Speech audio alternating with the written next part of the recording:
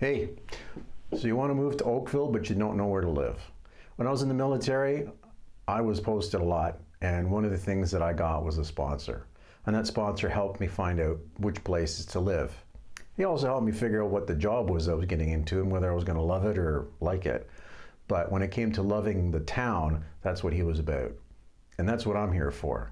I want to be your sponsor so I can show you the places in Oakville you'll love. So, coming up right now.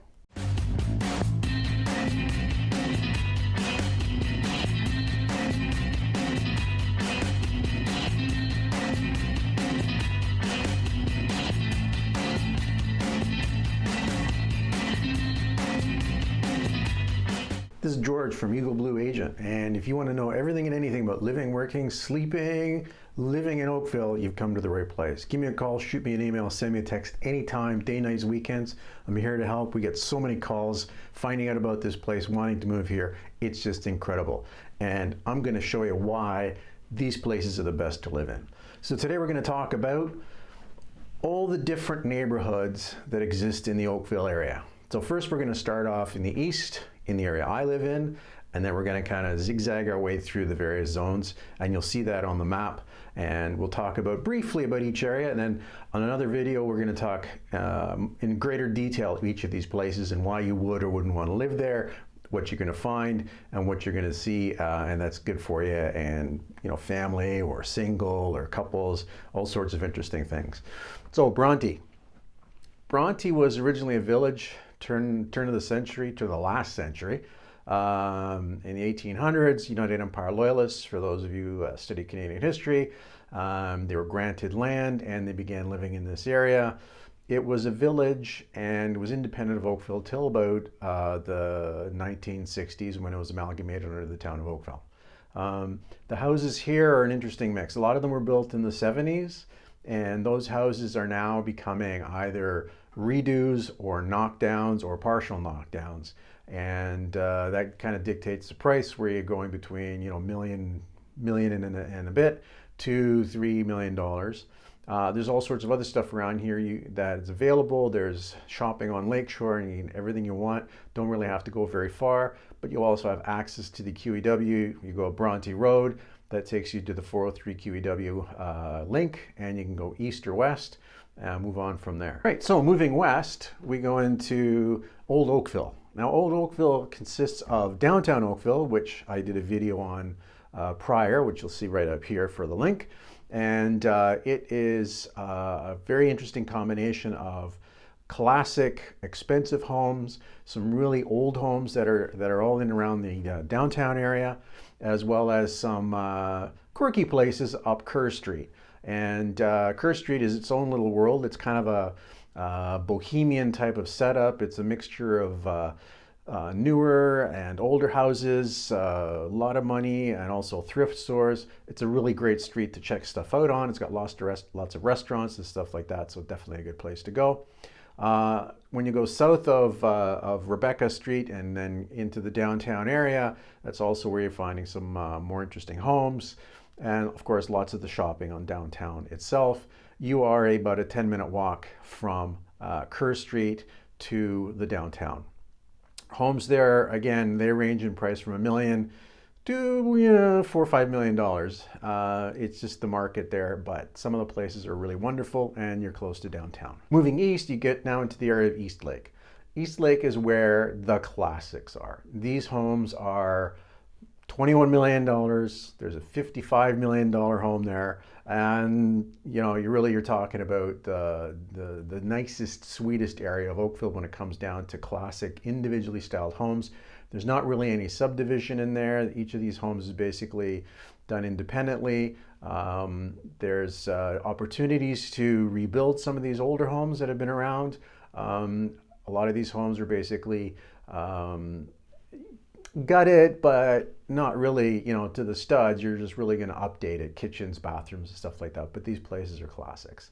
So that's a really nice area. Again, it's the most expensive area in and around Oakville, but definitely worth checking out. Next, we're going to go north, a little area called Clearview. It used to be a little farming village. yeah, agricultural land, and eventually in the late 70s, early 80s, it was sold off and turned into an 80s subdivision. So the nice thing about it is it's kind of isolated from the rest of Oakville. It's kind of that link between Oakville and Mississauga to the east. You've got access to the QEW 403 combo going west, or the QEW Gardner Expressway going east, or 403 going north, which eventually links up to the 401 airport area. Again, it's a small enclave. It's mostly 80s homes. There's some really nice grocery stores and shops. It's very child-friendly, family-friendly. A lot of the streets are speed controlled, speed calming. You can go for a walk. Kind of hilly, but well developed.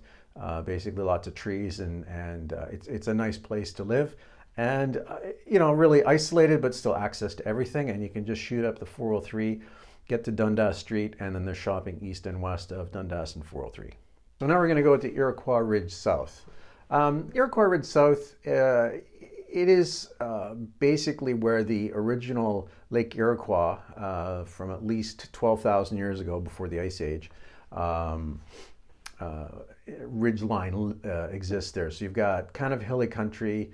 Again, it was agricultural for greater or lesser degree, and it's now got basically subdivisions and nice neighborhoods. Houses are more like the 70s and 80s, definitely subdivisions. But again, the beauty of that place is you've got access to the QEW, the 403, and you can get yourself east, west, north, south, no problem. Shopping is excellent. Neighborhoods are family friendly. Lots of schools, parks, certainly a good area to live. So going further west, we come to College Park. Basically, because Sheridan College established itself there in the 1960s, the subdivisions grew around it.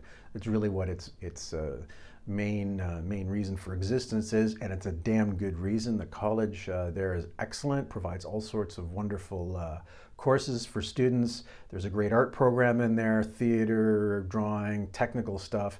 Sheridan College is really what College Park is all about. The houses, the residential area there, they're subdivision, but there's winding streets, mature trees, parks, trails. It's a great area.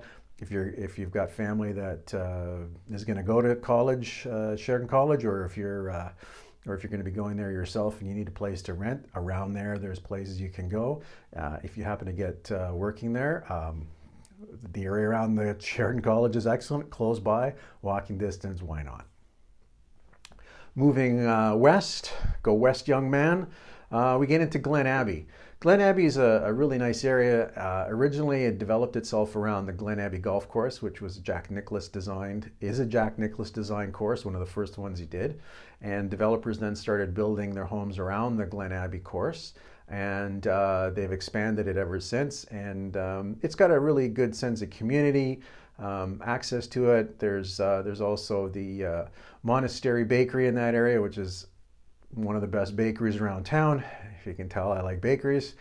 The homes there are like subdivisions, mostly subdivisions, but they're bigger homes, bigger garages, well maintained. Good big family homes. You definitely want to have 2, 3, 4, 5 bedroom setups. You can big families and stuff like that. So that's definitely a nice area to go. We now go a little north west. We go to Palermo Village.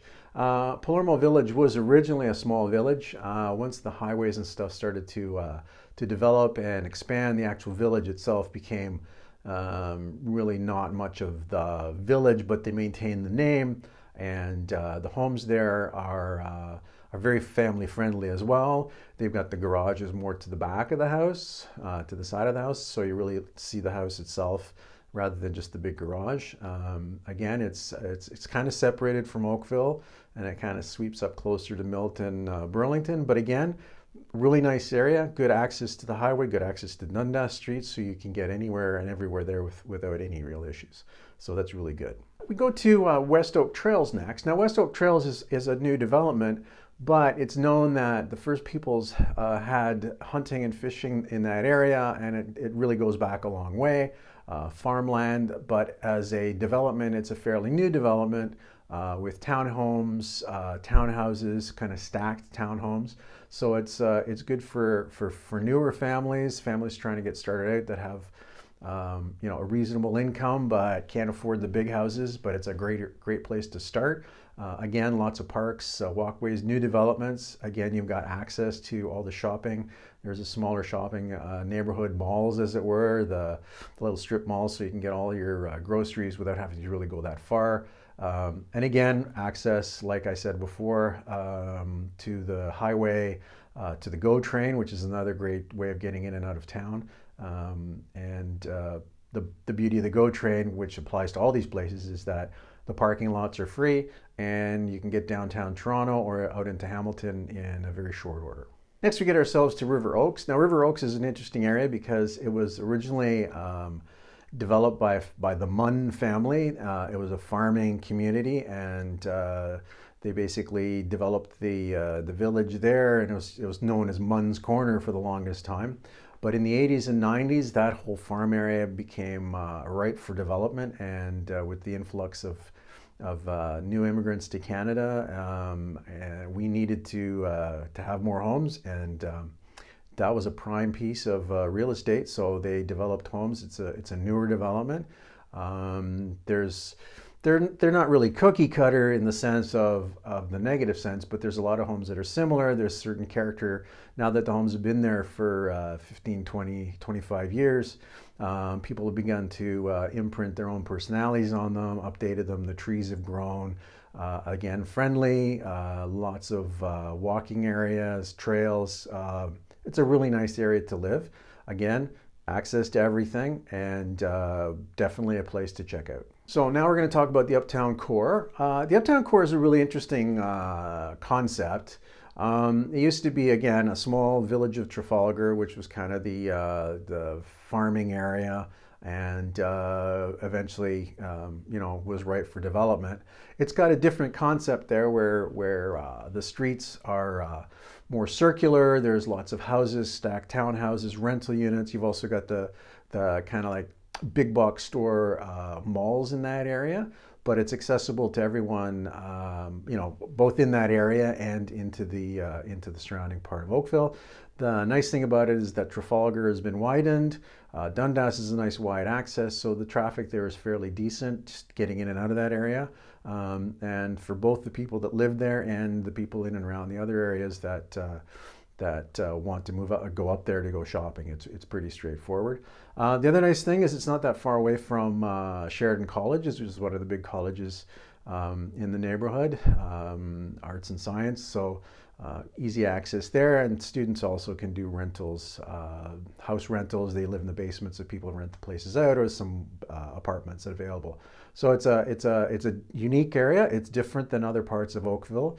Very livable, very easily accessible, and a lot of people love it up there. Finally, we're going to talk about Iroquois Ridge North. Iroquois Ridge North, like Iroquois Ridge South, is all part of that area of the Lake Iroquois, the ridge line that basically you can track all the way through Toronto and points east. It is very similar to Iroquois Ridge South. It's just a geographic division. Again, you've got new developments.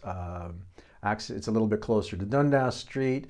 You've got access to the 403 and the 407 to get onto the toll highway, which can get you in and out of Toronto a lot faster, though it's a toll highway. Iroquois Ridge again has similar to Iroquois Ridge South, nice houses, neighborhood concepts, enough schools and trails and parks to keep you occupied, keep you healthy. The other nice thing is there, as in other places in Oakville, is the community centers, which are fitness, gyms, skating rinks. There's a whole bunch of those, so access to those is available in each of these different areas. And there's things that definitely you want to check out. So that's basically the town of Oakville in a nutshell.